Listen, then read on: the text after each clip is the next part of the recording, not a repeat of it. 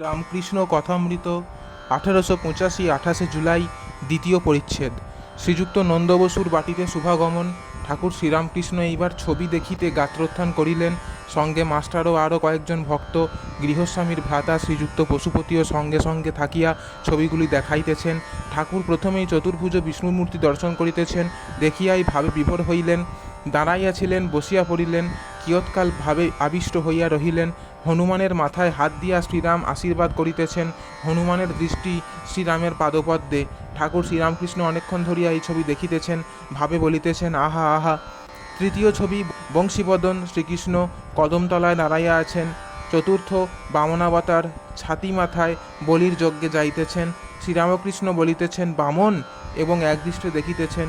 এইবার নৃসিংহমূর্তি দর্শন করিয়া ঠাকুর গোষ্ঠের ছবি দর্শন করিতেছেন। শ্রীকৃষ্ণ রাখালদের সহিত বৎসগণ চড়াইতেছেন। শ্রী বৃন্দাবন ও যমুনা পুলিন। মণি বলিয়া উঠিলেন, চমৎকার ছবি। সপ্তম ছবি দেখিয়া ঠাকুর বলিতেছেন, ধূমাবতী, অষ্টম ষোড়শী, নবম ভুবনেশ্বরী, দশম তারা, একাদশ কালী। এই সকল মূর্তি দেখিয়া ঠাকুর বলিতেছেন, এইসব উগ্র মূর্তি, এসব মূর্তি বাড়িতে রাখতে নাই। এ মূর্তি বাড়িতে রাখলে পূজা দিতে হয়।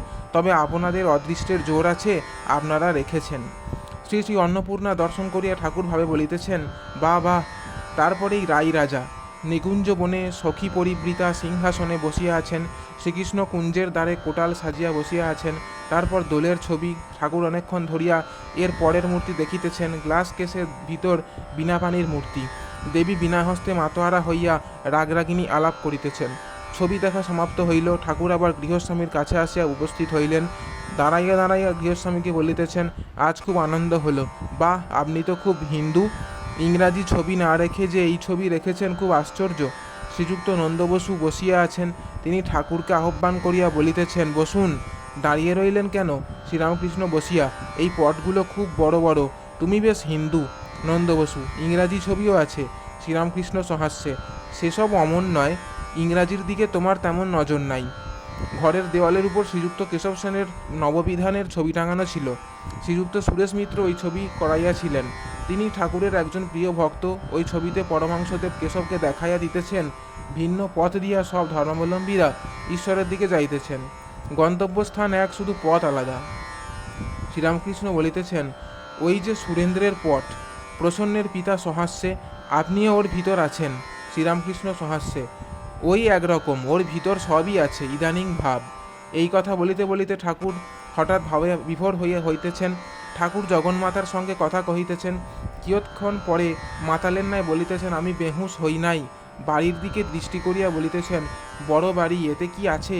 ইট কাঠ মাটি। কিয়ৎক্ষণ পরে বলিতেছেন, ঈশ্বরীয় মূর্তি সকল দেখে বড় আনন্দ হলো।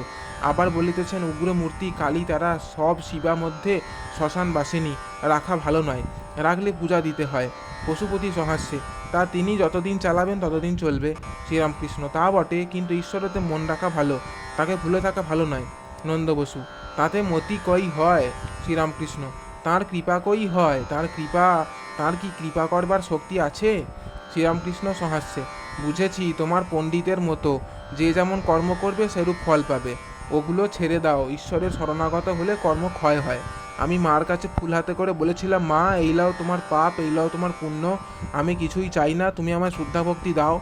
এই লাও তোমার ভালো, এই লাও তোমার মন্দ, আমি ভালো মন্দ কিছুই চাই না, আমায় শুদ্ধা ভক্তি দাও। এই লাও তোমার ধর্ম, এই লাও তোমার অধর্ম, আমি ধর্মাধর্ম কিছুই চাই না, আমায় শুদ্ধা ভক্তি দাও। এই লাও তোমার জ্ঞান, এই লাও তোমার অজ্ঞান, আমি জ্ঞান বিজ্ঞান কিছুই চাই না, আমায় শুদ্ধা ভক্তি দাও। এই লাও তোমার সূচি, এই লাও তোমার অসুচি, আমায় শুদ্ধা ভক্তি দাও। নন্দ বসু, আইন তিনি ছড়াতে পারেন? শ্রীরামকৃষ্ণ, সে কি, তিনি ঈশ্বর, তিনি সব পারেন। যিনি আইন করেছেন তিনি আইন বদলাতে পারেন। তবে ও কথা বলতে পারো তুমি। তোমার নাকি ভোগ করবার ইচ্ছা আছে, তাই তুমি অমন কথা বলছো। ও একমত আছে বটে, ভোগ শান্তি না হলে চৈতন্য হয় না। তবে ভোগই বা কী করবে? কামিনী কাঞ্চনের সুখ এই আছে, এই নাই, ক্ষণিক। কামিনী কাঞ্চনের ভিতর আছে কি? আমরা আটি আর চামড়া, খেলে অমলসুল হয়। সন্দেশ যাই গিলে ফেললে আর নাই। নন্দ বসু একটু চুপ করিয়া আছেন, তারপর বলিতেছেন, ও শব্দ বলে বটে, ঈশ্বর কি পক্ষপাতী? তাঁর কৃপাতে যদি হয় তাহলে বলতে হবে ঈশ্বর পক্ষপাতী। শ্রীরামকৃষ্ণ, তিনি নিজেই সব, ঈশ্বর নিজেই জীব, জীবজগৎ সব হয়েছেন। যখন পূর্ণ জ্ঞান হবে তখন ওই বোধ, তিনি মন, দেহ, বুদ্ধি, দেহ, চতুর্বিংশতি তত্ত্ব সব হয়েছেন। তিনি আর পক্ষপাত কার উপর করবেন? নন্দ বসু। তিনি নানা রূপ কেন হয়েছেন? কোনখানে জ্ঞান, কোনখানে অজ্ঞান? শ্রীরামকৃষ্ণ। তার খুশি। অতুল। কেদারবাবু চাটুর্যে বেশ বলেছেন। একজন জিজ্ঞাসা করেছিল ঈশ্বর সৃষ্টি কেন করলেন, তাতে বলেছিলেন যে যে মিটিংয়ে তিনি সৃষ্টির মতলব করেছিলেন সে মিটিংয়ে আমি ছিলাম না। সকলের হাস্য। শ্রীরামকৃষ্ণ। তার খুশি। এই বলিয়া ঠাকুর গান গাইতেছেন। সকলেই তোমার ইচ্ছা, ইচ্ছাময়ী তারা তুমি। তিনি আনন্দময়ী। এই সৃষ্টির স্থিতি প্রলয়ের লীলা করছেন। অসংখ্য জীব তার মধ্যে দু একটি মুক্ত হয়ে যাচ্ছে, তাতেও আনন্দ। ঘুড়ির লক্ষ্যের দুটো একটা কাটে। হেসে দাও মা হাত চাবড়ি। কেউ সংসারে বদ্ধ হচ্ছে, কেউ মুক্ত হচ্ছে। ভবসিন্ধু মাঝে মন উঠেছে, ডুবছে কত তরি। নন্দবসু বলছেন তার খুশি আমরা যে মরি। শ্রীরামকৃষ্ণ। তোমরা কোথায়? তিনিই সব হয়েছেন। যতক্ষণ না তাকে জানতে পারছো ততক্ষণ আমি করছো। সকলে তাকে জানতে পারবে, সকলেই উদ্ধার হবে। তবে কেহ সকাল সকাল খেতে পায়, কেহ দুপুরবেলা, কেউ বা সন্ধ্যার সময়, কিন্তু কেহ অভুক্ত থাকবে না। সকলেই আপনার স্বরূপকে জানতে পারবে। পশুপতি। আজ্ঞে হ্যাঁ, তিনিই সব হয়েছেন বোধহয়। শ্রীরামকৃষ্ণ। আমি কি? এটা খোঁজো দেখি। আমি কি হাড়, না মাংস, না রক্ত, না নাড়ি ভুড়ি? আমি খুঁজতে খুঁজতে তুমি এসে পড়ে। অর্থাৎ অন্তরে সেই ঈশ্বরের শক্তি বই আর কিছুই নাই। আমি নাই, তিনি। তোমার অভিমান নাই, এত ঐশ্বর্য আমি একেবারে ত্যাগ হয় না। তাই যদি যাবে না তবে থাক শালা ঈশ্বরের দাস হয়ে। সকলের হাস্য। ঈশ্বরের ভক্ত, ঈশ্বরের ছেলে, ঈশ্বরের দাস, এ অভিমান ভালো। যে আমি কামিনী কাঞ্চনে আসক্ত হয় সেই আমি কাঁচা আমি, সে আমি ত্যাগ করতে হয়। অহংকারের এইরূপ ব্যাখ্যা শুনিয়া গৃহস্বামী অন্যান্য সকলে সাতিশয় প্রীতিলাভ করিলেন। শ্রীরামকৃষ্ণ বলিছেন জ্ঞানের দুটি লক্ষণ। প্রথম অভিমান থাকবে না, দ্বিতীয় শান্তভাব। তোমার দুই লক্ষণই আছে, অতএব তোমার উপর ঈশ্বরের অনুগ্রহ আছে। বেশি ঐশ্বর্য এলে ঈশ্বরকে ভুলে যেতে হয়। ঐশ্বর্যের স্বভাবই এই। যদু মল্লিকের বেশি ঐশ্বর্য হয়েছে, সে আজকাল ঈশ্বরীয় কথা কয় না। আগে আগে বেশ ঈশ্বরের কথা কইত। কামিনী কাঞ্চন এক প্রকার মদ। অনেক মদ খেলে খুড়া জ্যাঠা বোধ থাকে না, তাদেরই বলে ফেলে।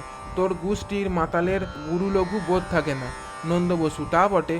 পশুপতি মহাশয়, এগুলো কি সত্যি? স্পিরিচুয়ালিজম, থিওসফি, সূর্যলোক, চন্দ্রলোক, নক্ষত্রলোক। শ্রীরামকৃষ্ণ। জানি না বাপু, অত হিসাব কেন? আম খাও।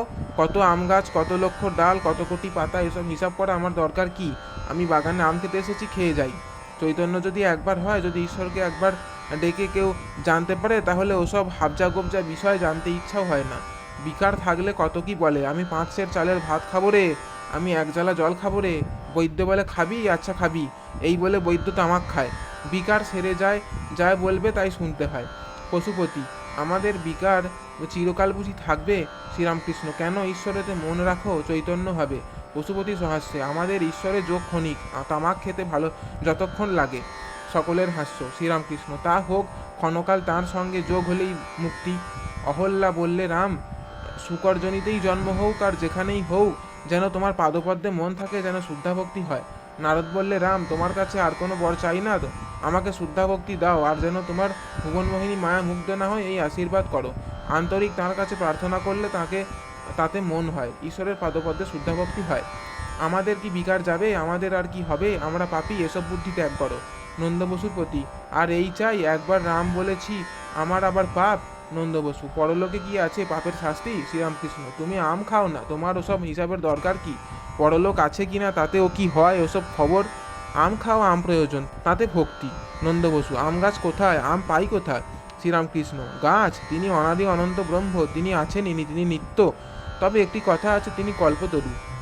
কালী কল্পতরু মূলেরে মন, চারি ফল কুড়ায় পাবি। কল্পতরুর কাছে কি প্রার্থনা করতে হয়, তবে ফল পাওয়া যায়। তবে ফল তরুর মূলে পড়ে, তখন কুড়িয়ে লওয়া যায়। চারি ফল ধর্ম, অর্থ, কাম, মোক্ষ। জ্ঞানীরা মুক্তি, মোক্ষ ফল চায়, ভক্তেরা চায় ভক্তি, অহেতুকী ভক্তি। তারা ধর্ম, অর্থ, কাম চায় না। পরলোকের কথা বলছো? গীতার মত, মৃত্যুকালে যা ভাববে তাই হবে। ভরত রাজা হরিণ হরিণ করে শোকে প্রাণত্যাগ করেছিল, তাই তার হরিণ হয়ে জন্মাতে হলো। তাই জপ, ধ্যান, পূজা এসব রাত দিন অভ্যাস করতে হয়। তাহলে মৃত্যুকালে ঈশ্বর চিন্তা আসে অভ্যাসের গুণে। এরূপে মৃত্যু হলে ঈশ্বরের স্বরূপ পায়। কেশব সেনও বড়লোকের কথা জিজ্ঞাসা করেছিল। আমি কেশবকে বললুম, ওসব হিসাব তোমার কি দরকার? তারপর আবার বললুম, যতক্ষণ না ঈশ্বর লাভ হয় ততক্ষণ পুনঃ পুনঃ সংসারে যাতায়াত করতে হবে। কুমোরেরা হাঁড়ি ছড়া রৌদ্র শুকুতে দেয়, ছাগল গরুতে মারিয়ে দিয়ে যদি ভেঙে দেয়, তাহলে তৈরি লাল হাঁড়িগুলো ফেলে দেয়। কাঁচাগুলো কিন্তু আবার নিয়ে কাদামাটির সঙ্গে মিশিয়ে ফেলে ও আবার চাকে দেয়। জয় ঠাকুরমা স্বামীজি।